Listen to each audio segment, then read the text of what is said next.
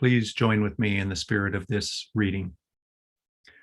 The reading this morning is adapted from a dialogue interview between the Reverend Dr. Ken Reeves and a member of an Ohio UU congregation. I grew up in the South.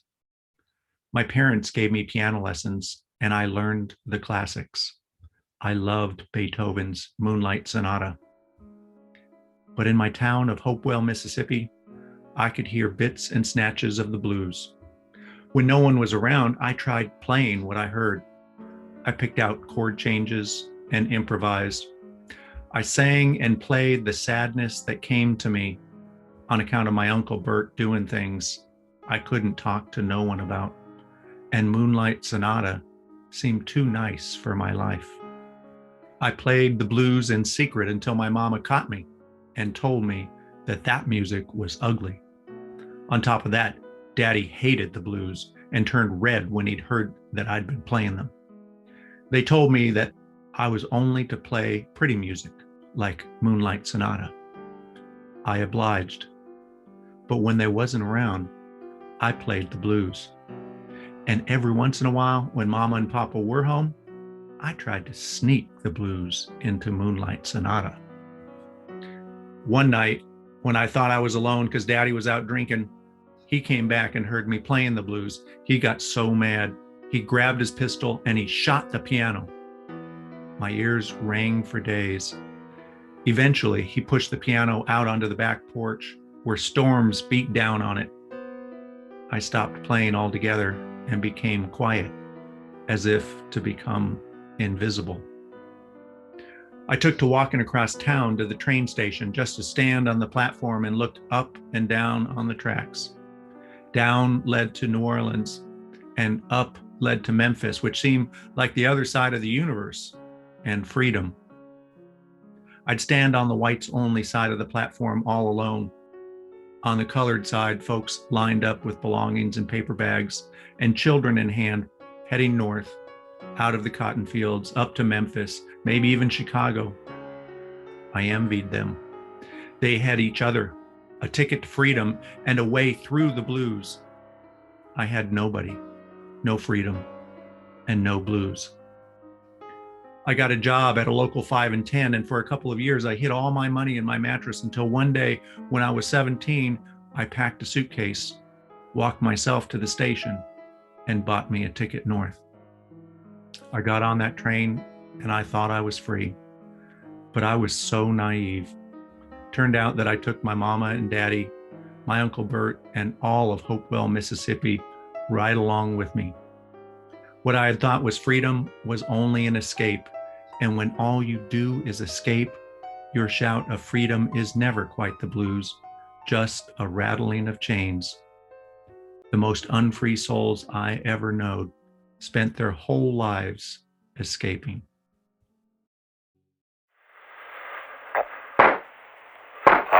The devil's gonna make me a free man. The devil's gonna set me free. The devil's gonna make me a free man. The devil's gonna set me free.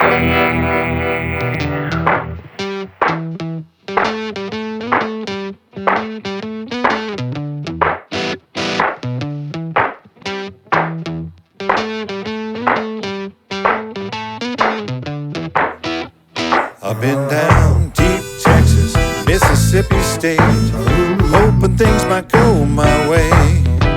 For every hard-earned dollar I made, there stands a white man just to take it away. Some might say I talk loud, see if I can. Unlike them, don't walk away from my fear. I'm busted bones, broken stones, look the devil in the eye. I hope he's gonna break these chains, oh yeah. The devil's gonna make me a free man. The devil's gonna set me free. The devil's gonna make me a free man. The devil's gonna set me free.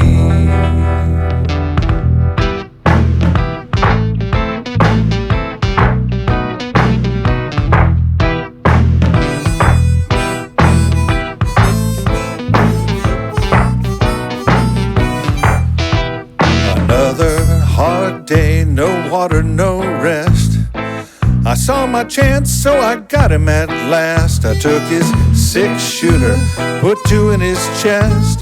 He'll never say a word no more. Oh, he'll never say a word no more. The devil got him good for sure. Ain't got no place to call a home, only chains and broken bones. Ain't got no place to call a home, so come on Lord, won't you take me now? Ain't got no place to call a home, only chains and broken bones. Ain't got no place to call a home, so come on Lord, what you waiting for?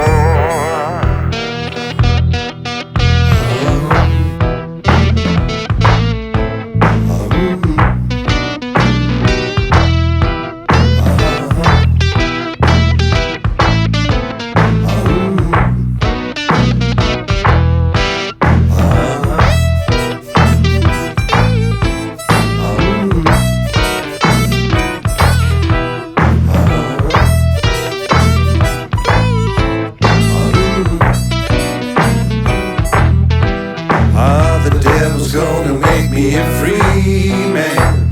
The devil's gonna set me free. Yeah, the devil's gonna make me a free man.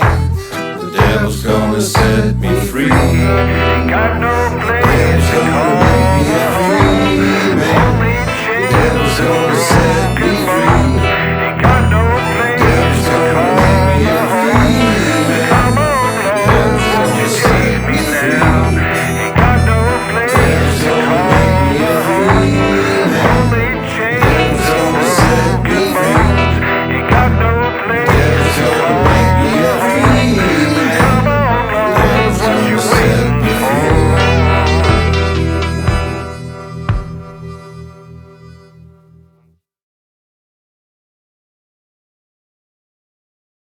By the time I was 5, I knew something of the blues, even if I wouldn't be able to sing them until much later. There was always fighting in our house, and everyone was so busy. Seemed like there was never enough of anything, especially one another. Got so bad that me and my brother, who was a year older than I, made a plan to pack up all of our things and head out of town. We made a sign that read, "2 kids free to a good home." We were going to stand out in front of the house until we got an offer, but our neighbors turned us in and our escape was foiled, so we kept our blues to ourselves. By the time we were ready to start singing our blues, we had become Unitarian Universalist, which meant that we couldn't sing the blues, not in church anyway. It wasn't our way.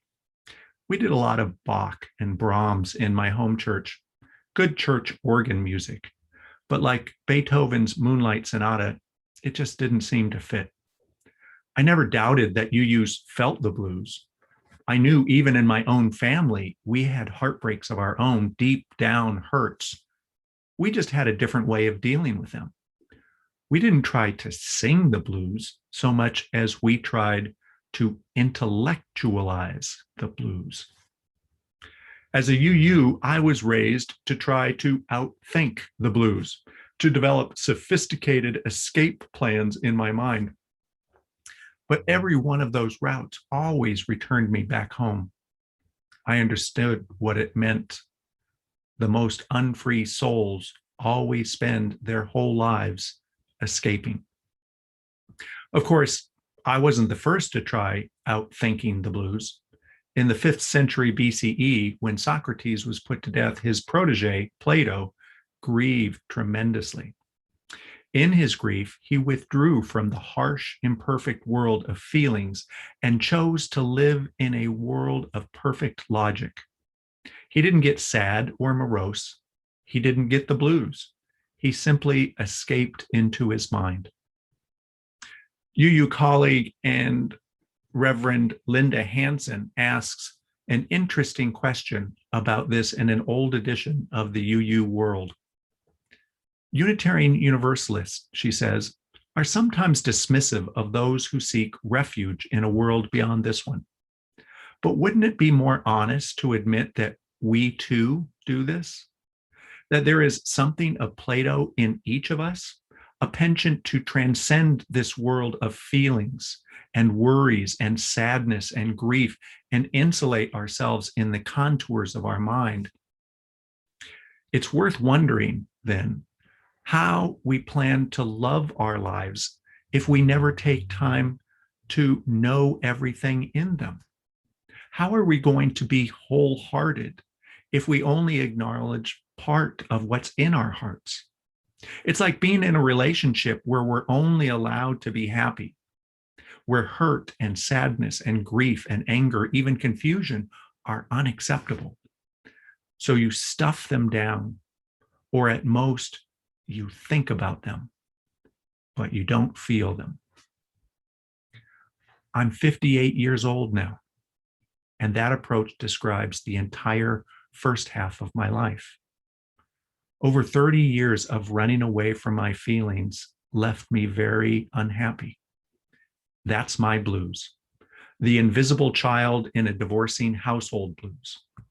Or later, I learned I overheard my honey promise her love, but she was talking to the dog blues.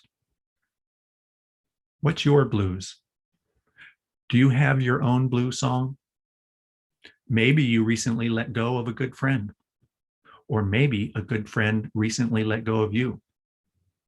Maybe working is getting in the way of loving or living your dream. Maybe you've been waking up alone and you have always wanted to wake up next to someone else. Or maybe you've been waking up next to someone else and you've been wanting to wake up alone. In my mind, there isn't anybody who doesn't have the goods somewhere in their life to sing some down-home, honest, hard-boiled blues now and again. And if you have looked hard, real hard at your whole life, and you can't find something, anything worth singing the blues for, well, then that's an even better reason to sing the blues, because if that's the case, chances are you haven't learned to care about anything enough to give it the power to break your heart. And that's a surefire sign that you spent your life thinking too much. But maybe you're like me. And for a long time, you've had the blues, but you just weren't sure how to sing the blues. Or you've never felt like you had the permission, the license, like only certain people could sing the blues and you hadn't earned the right. If that's the case, maybe we should stop all this heavy thinking and take a good long look at really what is and what isn't the blues. The blues is something overwhelmingly heavy that you feel, not something that you intellectualize. Unlike the way we often sing in UU churches, you don't need to read ahead in the song to make sure you agree with the words.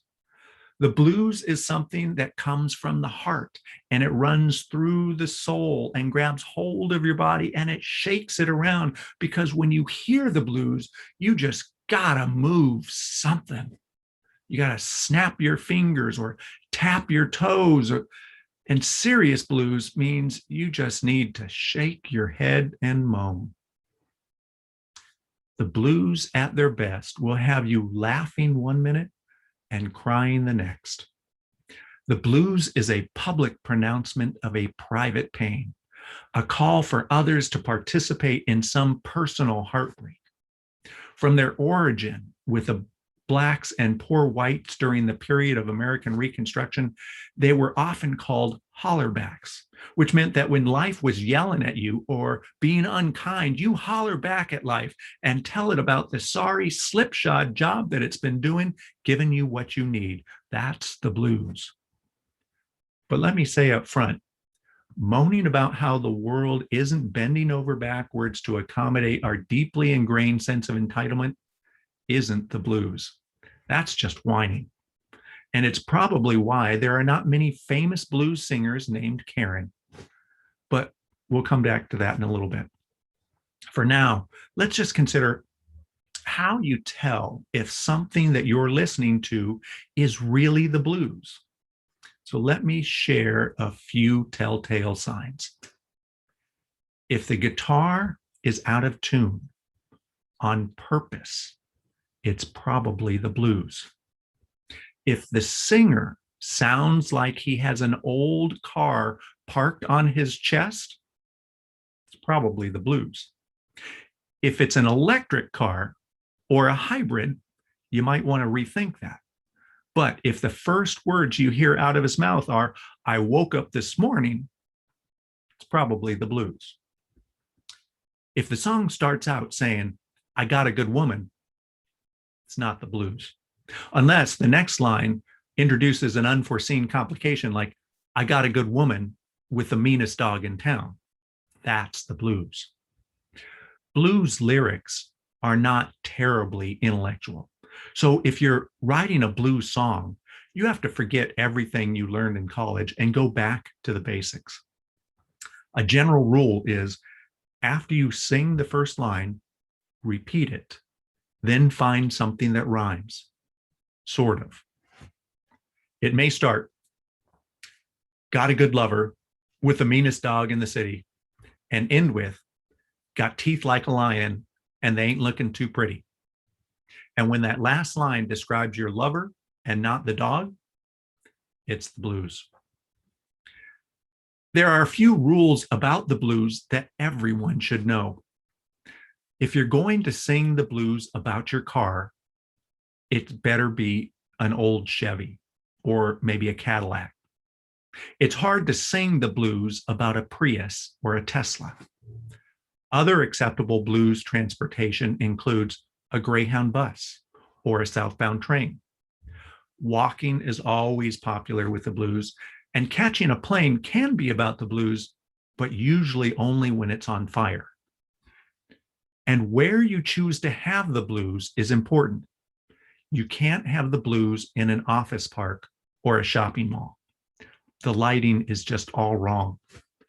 Other bad places include ashrams, gallery openings, or dinners at Chez Panisse.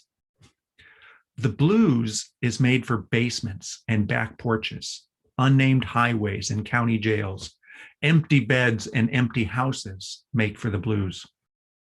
It's always easier to sing the blues about being blind or having shot a man in Memphis or getting the news that you're going to die. It's much harder to sing the blues about how you were once blind but now can see, or about having stolen the last piece of pound cake, or getting the news that they're going to raise the taxes on your trust fund. If you ask for water and your baby gives you gasoline, that's the blues. But don't sing about any drink that has an umbrella in it, or Perrier, or a pumpkin spice latte. That's not the blues.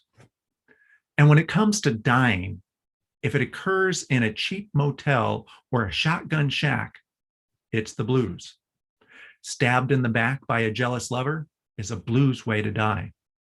So is the electric chair, or substance abuse, or being denied treatment in an emergency room.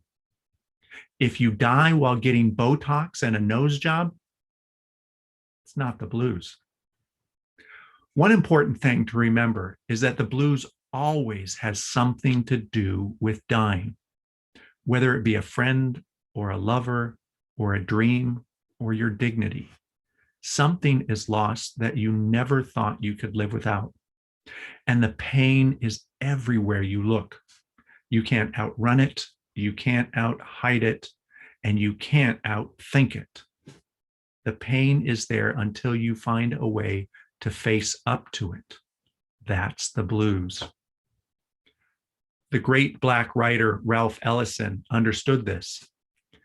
Ellison, you may know, was famous for writing the American classic, The Invisible Man, which is not the late night horror movie version, but it's the one about the day-to-day experience of what it feels like to be Black in a world where all the rules are written in white.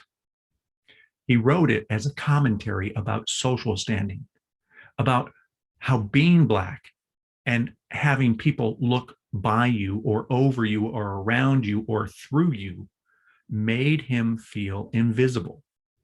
If someone used racial slurs, he knew they were seeing someone who he really was not.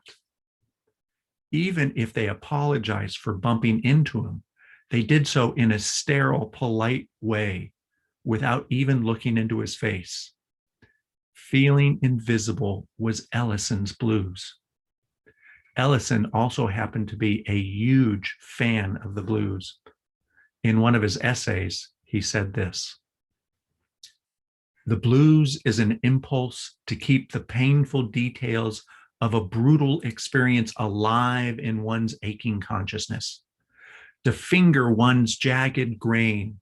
The blues is an autobiographical chronicle of a personal catastrophe expressed lyrically." In other words, he's suggesting that we have need to finger the jagged grain of our life, because whether we like it or not, that jagged grain points our path to freedom.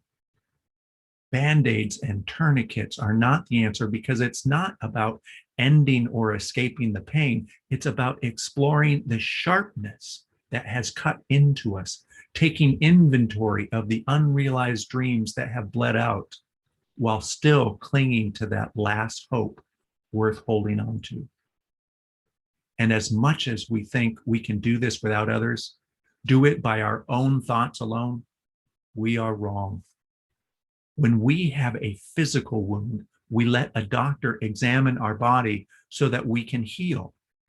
Singing the blues is the way we show the outer world our inner wounds so our soul can heal. But there's a reason as well that we sing the blues, and that is for those other people listening. As much as we allow ourselves to think that we're all alone in our pain, we never are.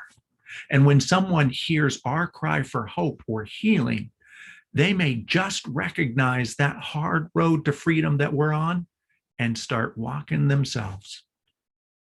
That's how it was for me. The sermon I preached a couple weeks ago talked about that day 27 years ago when I dropped off my application to seminary. And after spending half my life in so much sadness and sorrow, I began to wonder why I felt so ashamed of the pain inside me. I realized I had spent my whole life explaining away my troubles. And in the process, I lost sight of my self-acceptance and my self-respect. I needed partners to help me get in touch with my pain, to reflect back to me the truth of my life, to listen me into my truth.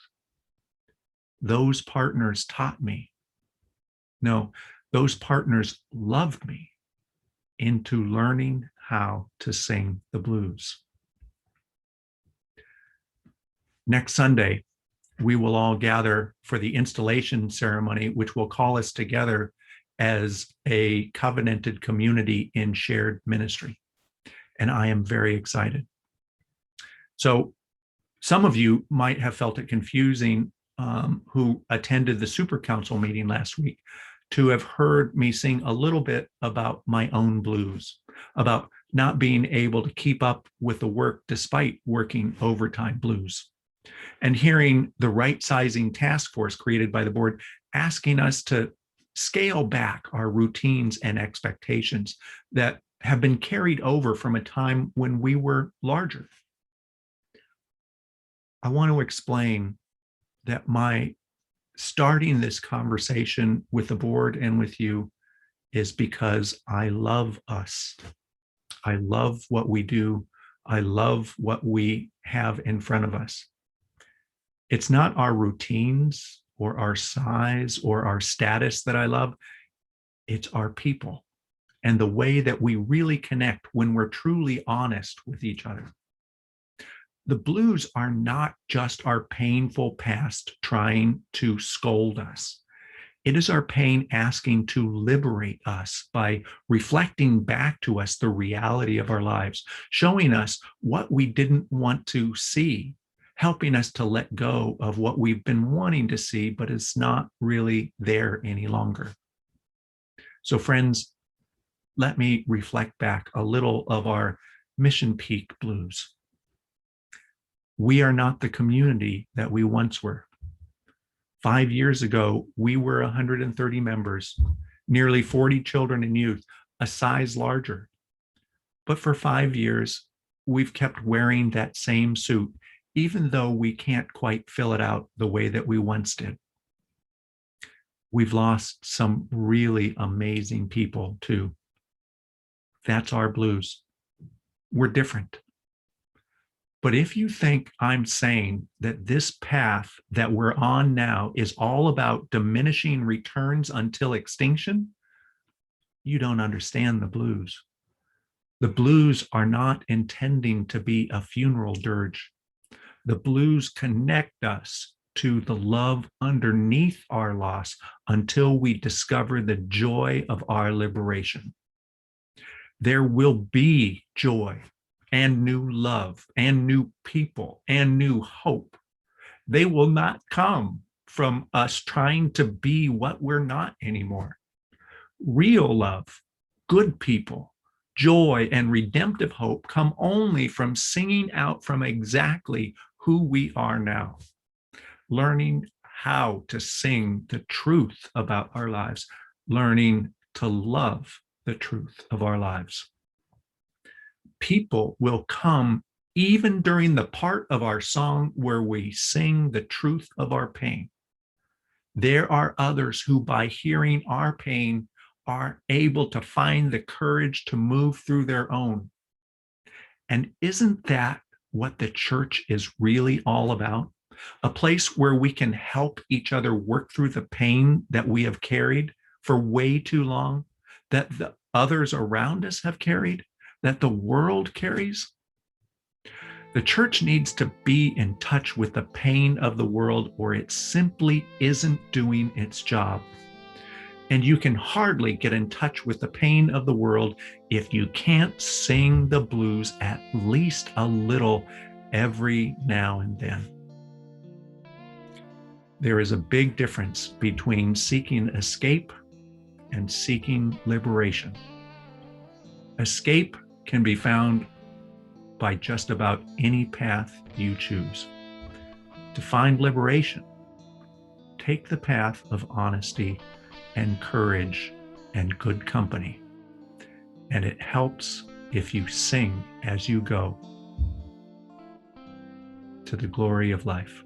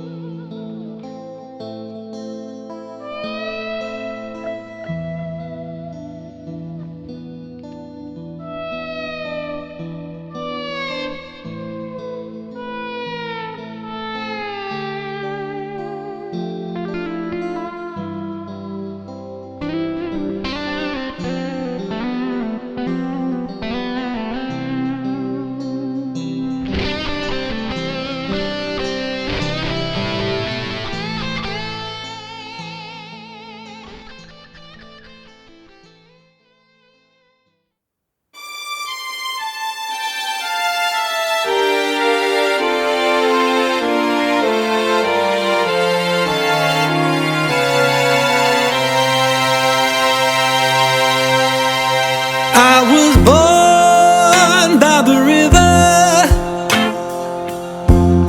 in a little tent. Ah, just like the river I've been running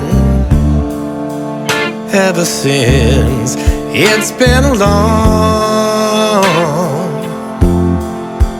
long time coming, but I know a change gon' come. Ah, yes, it will. It's been too hard living, but I'm afraid to die, 'cause I don't know what's up there beyond the sky. It's been a long time coming, but I know a change gon' come. Ah, yes, it will. I go to the movie and I go downtown.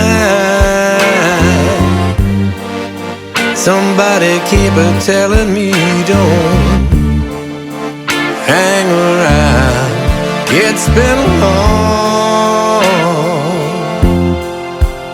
long time coming, but I know a change gon' come. Oh, yes, it will.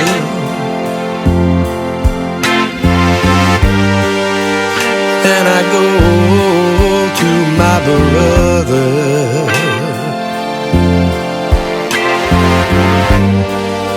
I say, brother, help me please.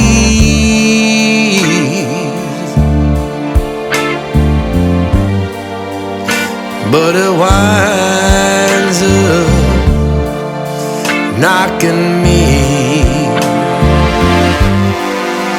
back down on my knees. Whoa, there's been times that I thought I couldn't last for long, but now I think I'm able to carry on. It's been a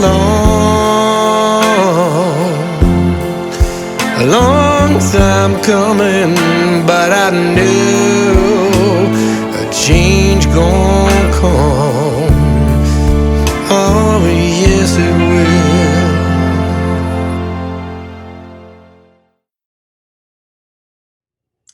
Please join with me in reciting these words to extinguish our chalice. We extinguish the flame, but not the light of truth, the warmth of community, or the fire of commitment. These we carry in our hearts until we are together again.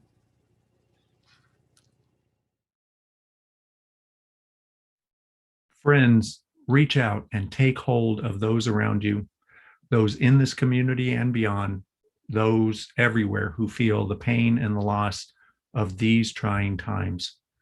Join the chorus of the great blues singers throughout time who've called back those on the path of escape and brought them into true liberation, and know that it is through our love, our honesty, our acceptance, and our abiding with one another that any real freedom becomes possible.